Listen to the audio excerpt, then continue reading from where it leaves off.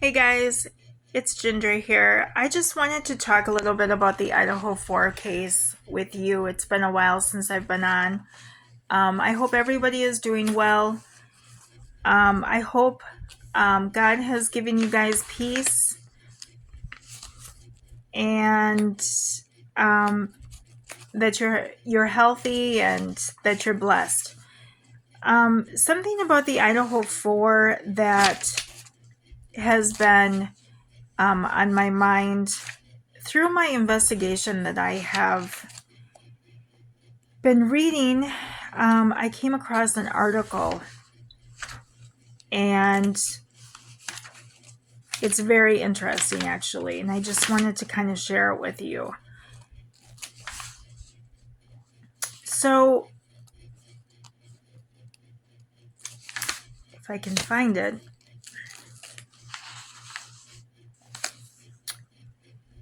I'm not sure if any of you realize this. I know that before I read this, I had no idea that this was an issue. But white supremacists are actually behind over 80% of extreme related US murders in the year 2022. And there was an article written by a man named Kanishka Singh out of Washington, February 23rd. And it talks about mass shootings and mass murders that occurred for most extreme related fatalities last year in the country, with over 80% of those murders committed by white supremacists. Data released by the Anti-Defamation League showed on Thursday. Obviously, this is an older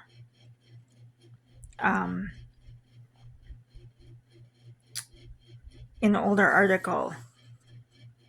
So the advocacy group labeled 25 murders in 2022 as extremist related, with 18 of those committed in whole or part for ideological motives.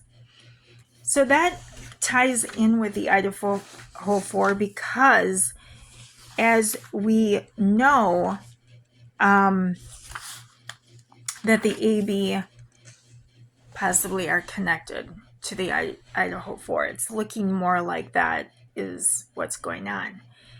And something I've also wondered is, was Brent Kopacka being followed by somebody?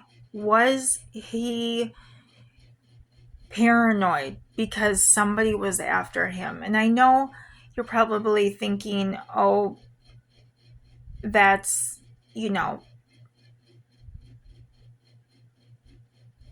that probably didn't happen. But the more I think about it, the more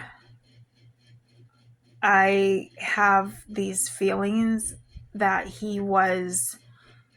there was something going on, that he was afraid of somebody. And I'm not sure. Obviously, I can't prove that. It's just a feeling that I have.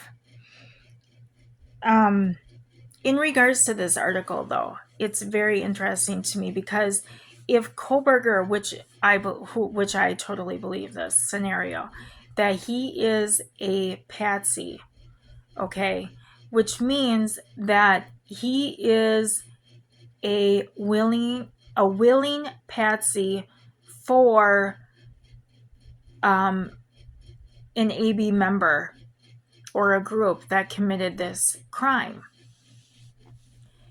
And if that's the case, nobody will be held accountable.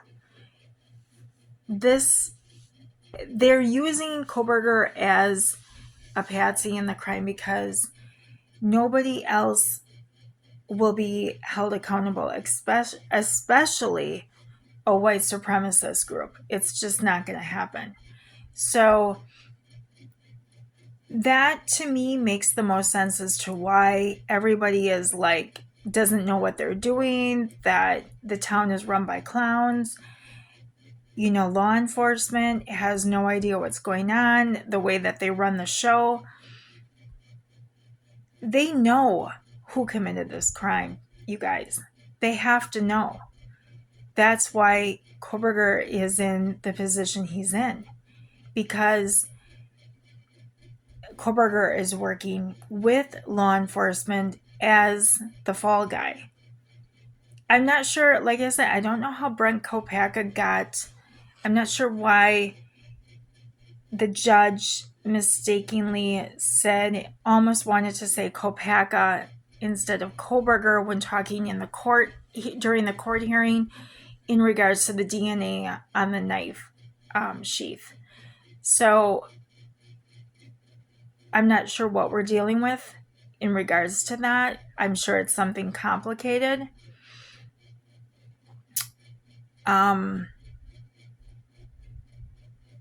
But anyway, it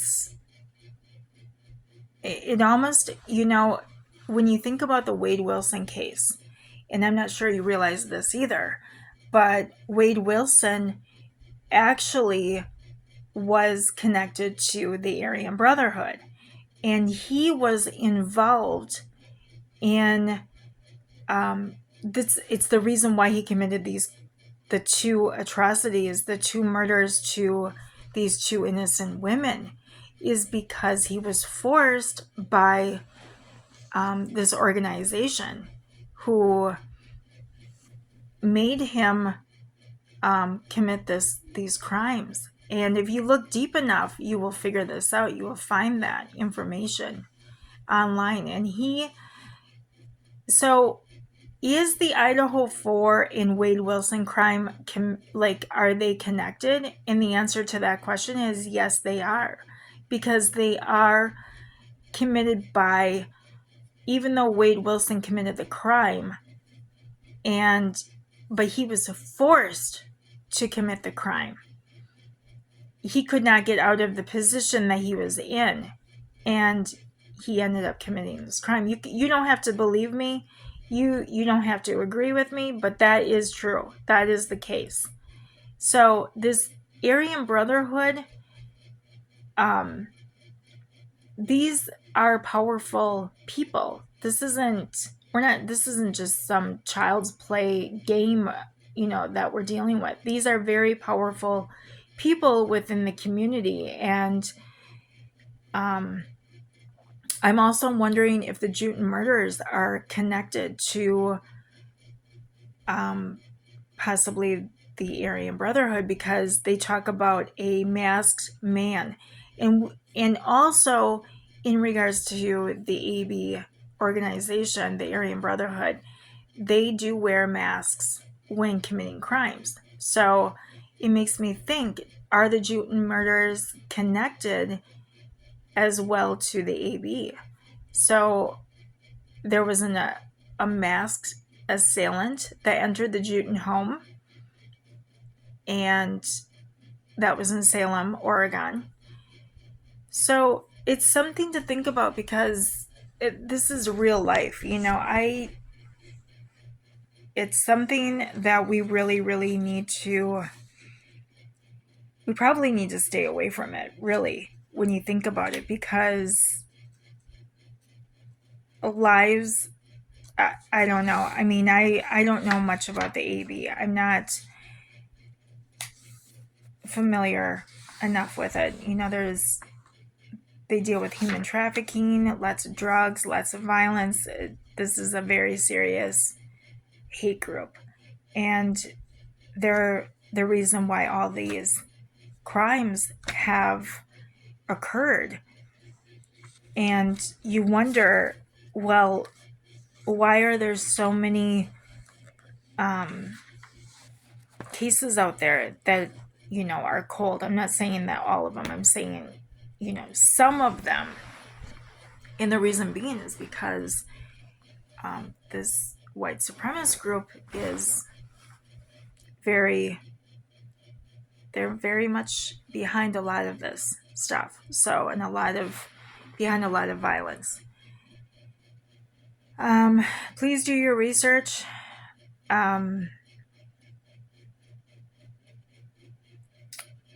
Yes, very interesting, complex case. So, you guys have a great day and talk soon. Bye.